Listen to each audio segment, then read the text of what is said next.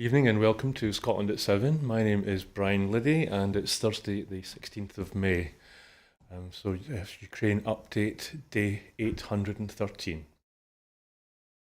Ukraine Peace Summit planned by Switzerland has so far drawn delegations from more than 50 countries. Swiss President Viola Amherd has said. Russia has not been invited, but Switzerland says it might be if Moscow had not repeatedly stated it is not interested. The Ukrainian government has said Russia does not negotiate in good faith anyway.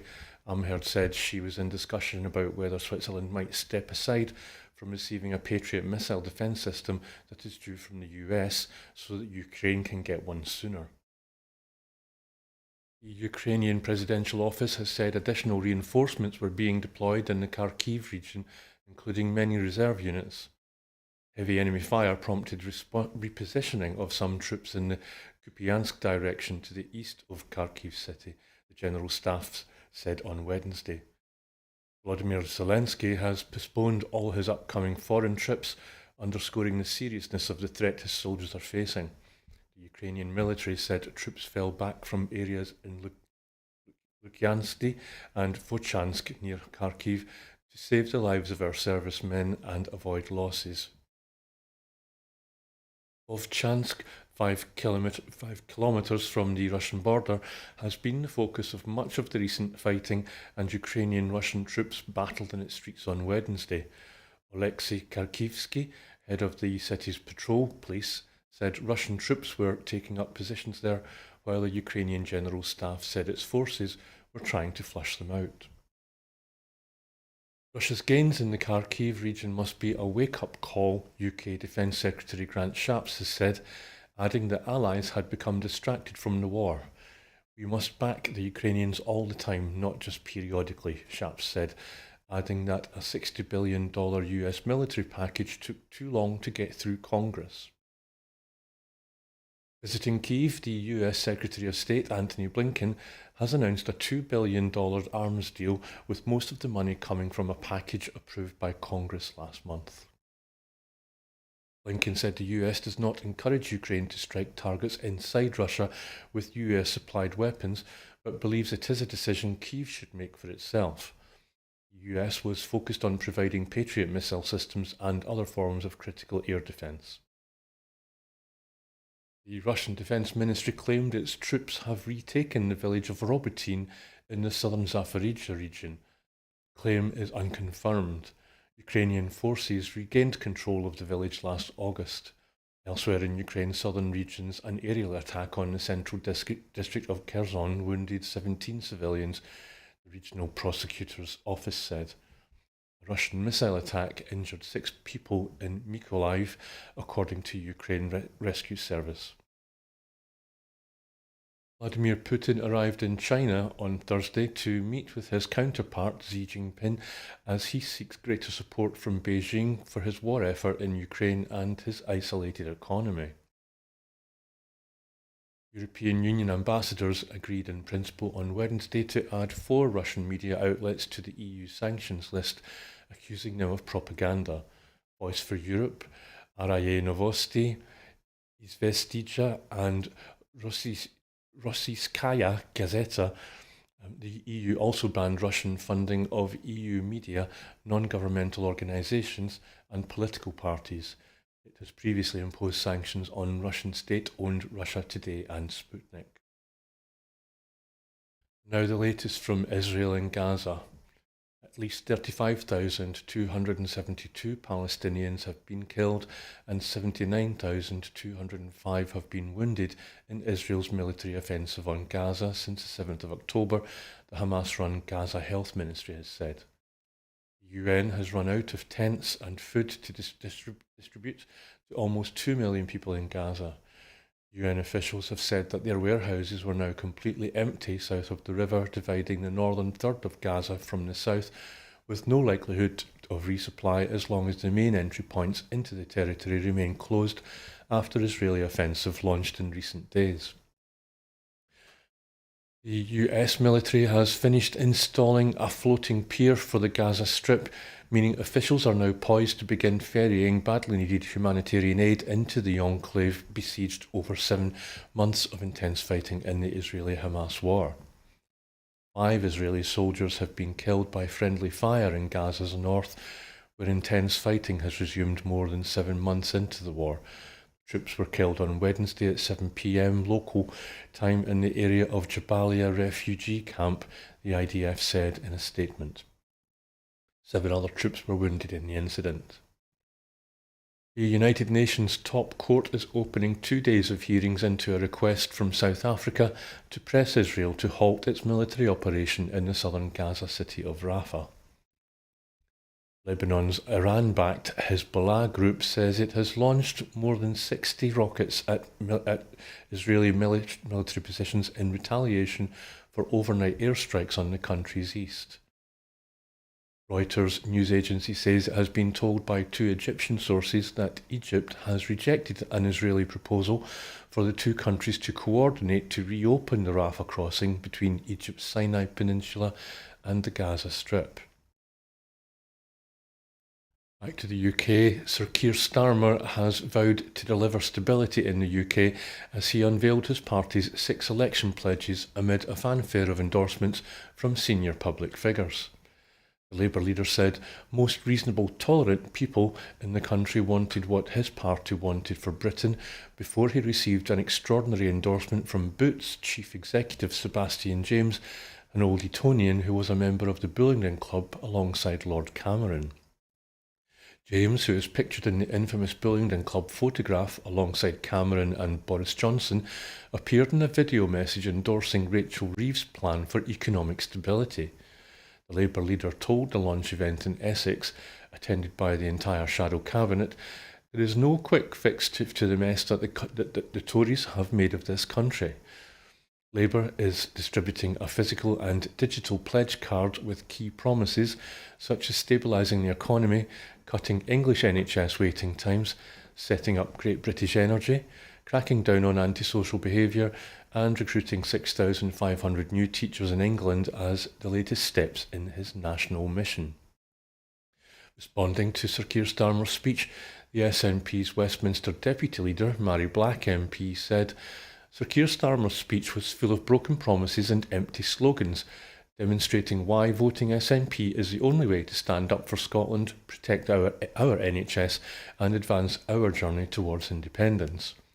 She went on to say, on the biggest issues damaging the UK, from austerity cuts to Brexit, the Labour Party is wedded to the same reckless policies as the Tories. She said, you can't stabilise the economy if you're trashing it with Brexit, and you can't deliver strong public services if you're imposing billions of pounds of cuts to our NHS, schools and police. The problem for Sir Keir Starmer, she continued, is that he has U-turned on nearly every policy he has ever promised, so it's little wonder the public don't trust a single promise he now makes. And with no mention of Scotland throughout his speech, it's clear that Sir Keir Starmer intends to be Prime Minister for England only.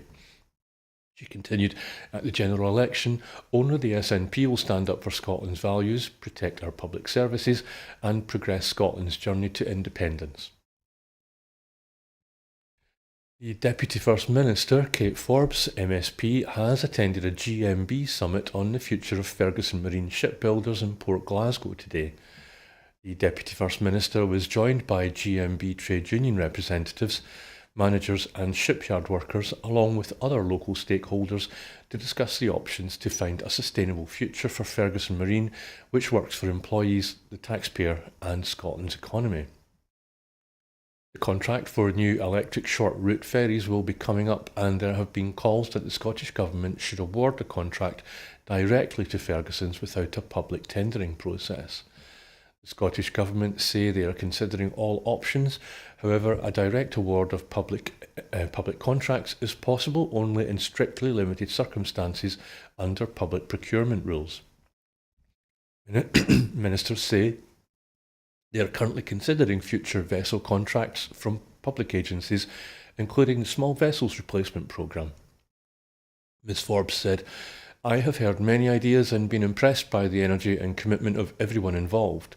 The contributions will be at the forefront of my mind over the coming weeks as we consider proposals for the Yard's medium and long-term future. She went on to say Ferguson's workers deserve huge praise for their dedication and hard work. Despite the well-documented problems, Glen Sannox is on course for delivery by the end of July, and Glen Rosa will be completed next year. Emergency release of short-term prisoners is being proposed to address the impacts of an unprecedented rise in the prison population, Justice Secretary Angela Constance has confirmed. The prison population has increased sharply by around 400 in the past 2 months, and 13% since the beginning of 2023. At 8,348, it is one of the highest levels ever recorded. Despite significant work taken focused across the justice system since the population began rising last year, the Justice Secretary has confirmed that there is now a critical risk to the continued safe and effective operation of prisons. The Justice Secretary has proposed taking urgent action, including the proposed emergency release of short-term prisoners who were due to be released within the next short while. This will only be done with Parliament's agreement in this instance, and public safety will remain a priority.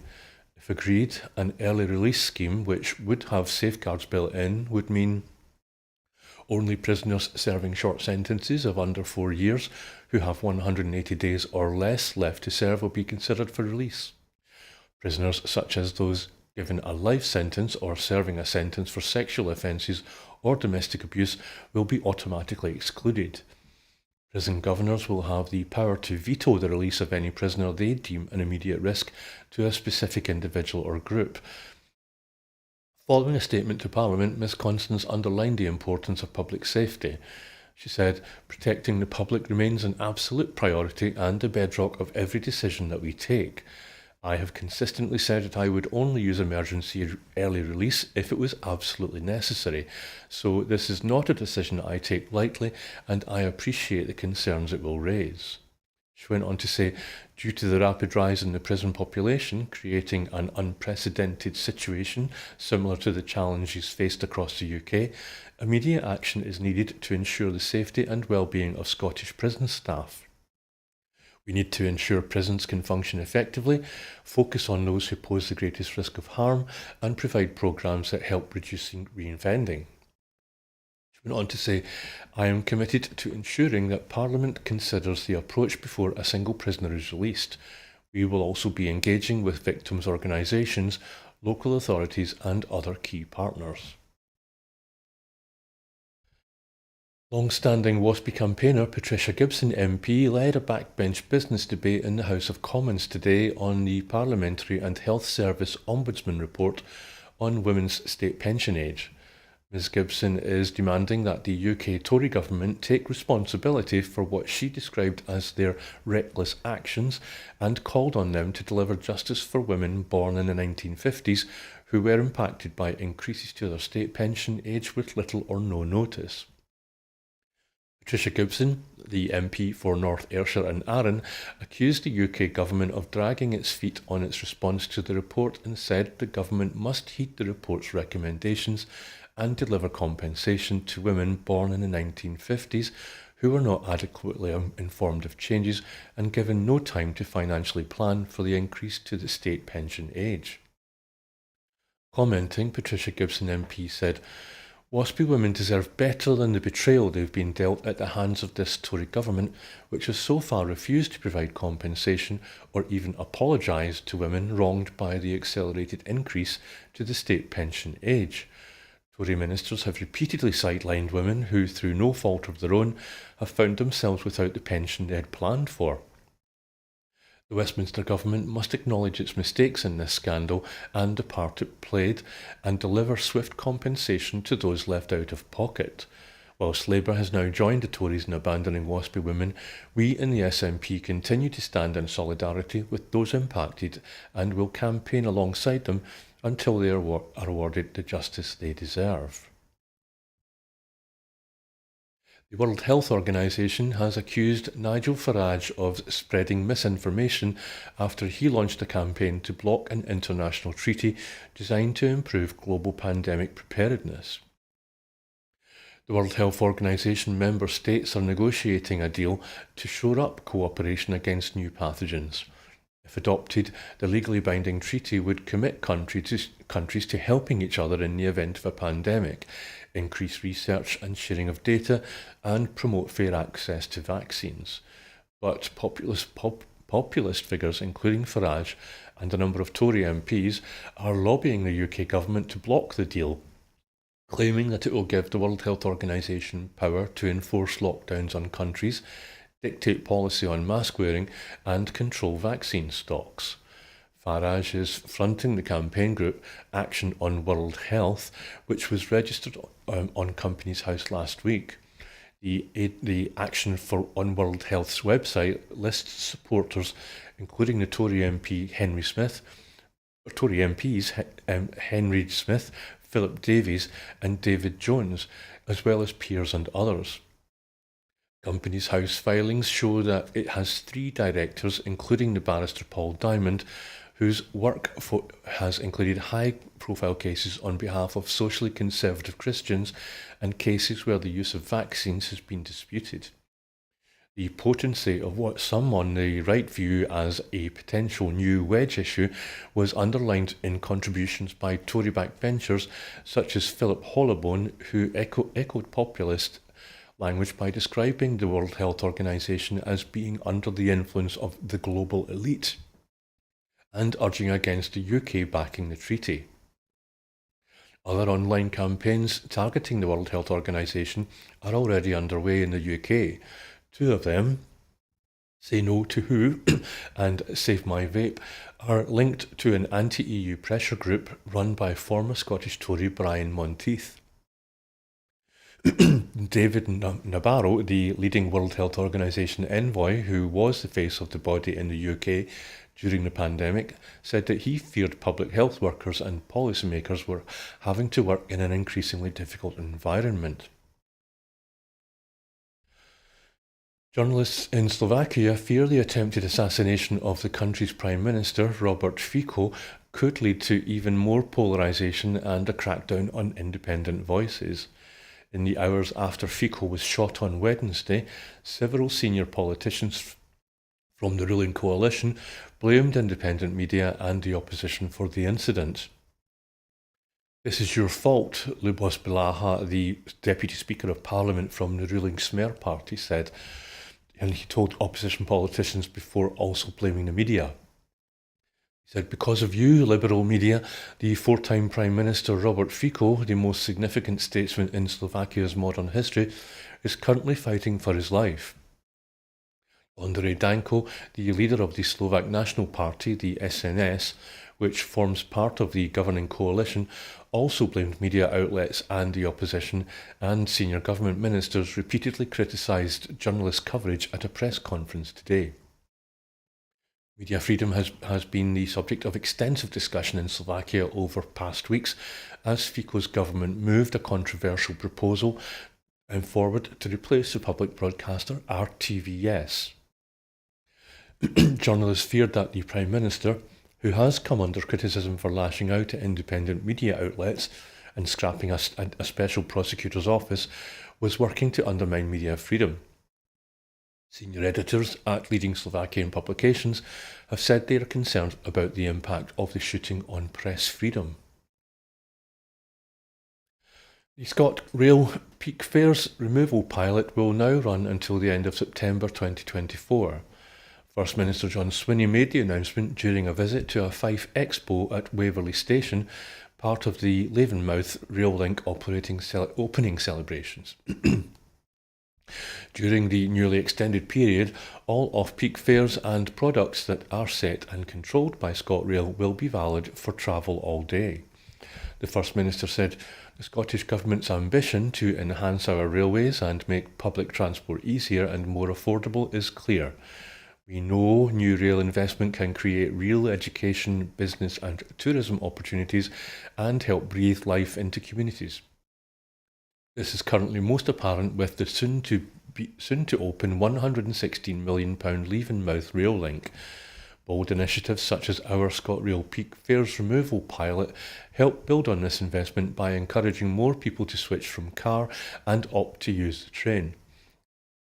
By extending this pilot for a further 3 months, we can better understand its impacts in terms of encouraging people to choose rail. It also helps tackle inequalities by making commuting, day trips and access to leisure activities even more affordable for all. Excuse me. First Minister John Swinney has confirmed that funds will be made available to Fife Council to support households and businesses in Cooper flooded as a result of Storm Gerrit on the same basis as the support provided to those worst affected by Storm Babbitt. Flooding recovery grants will be made available as follows: £1,500 to eligible households and £3,000 to businesses. The Scottish Government is working with Fife Council to finalise details of the application process and eligibility, and further details will be made available as soon as possible. The First Minister confirmed the approach in a letter to Willie Rennie, Member of the Scottish Parliament for North East Fife. First Minister John Swinney has confirmed the opening of a £1.5 million fund to support councils in removing the impact of school meal debt from families across the country. Mr Swinney said this commitment will help ensure no child is penalised for struggling to pay for school meals as a result of the cost of living crisis. While school meal debt is ultimately a matter for local authorities, the Scottish Government is making the emergency one-off funding pot available to support councils to help remove the impact of the debt, recognising the challenges many families are facing during the ongoing cost of living crisis. All pupils in primary 1 to 5 in Scotland and all children in special schools currently receive free school meals, saving families who take up the offer an average of £400 per child per year. In 2024-25, the Scottish Government is investing to extend this free provision to all pupils in primary 6 and 7 whose families receive the Scottish Child Payment as the next step towards universal provision in primary schools. Mr Swinney said, "As First Minister, my ambition is to eradicate child poverty. And today, I am pleased that we are continuing progress to ensure that no child or their family is penalised for struggling to pay for a school meal during a cost of living crisis they did not create." He went on to say, "School meal debt can have a real impact on the well-being of families and can serve to stigmatise children whose families are going through challenging times. Local authorities can now bid to receive funding from a one-off Scottish Government fund which will support them to remove the impact of school meal debt." The SNP's youth wing, Young Scots for Independence, or YSI, is set to hold its biggest ever international conference with 60 YSI delegates from across Scotland, as well as almost 30 youth leaders from 7 progressive European political parties. The conference takes place on Friday the 17th of May and Saturday the 18th of May at Hotel Clesio in Stirling. The international youth parties attending come from the Social Democratic, Green and EFA groupings, including parties traditionally aligned with the Labour Party, in a sign of a shift among European Social Democrats as the SNP is now the only party offering a path back into Europe. Over the 2-day event, delegates will take part in panel discussions and workshops featuring senior parliamentarians, including Neil Gray, MSP, Colcab Stewart, MSP, Angus Robertson, MSP, Alan Smith, MP, Amy Callaghan, MP, and more. It will cover a wide range of issues, from the cost of living crisis to the rise of authoritarianism and the far right in Europe, to strengthening democracy and cooperation with Nordic nations. The overarching focus will be on how Scotland can play its full part in the world and how young people can contribute to that, right now and after independence.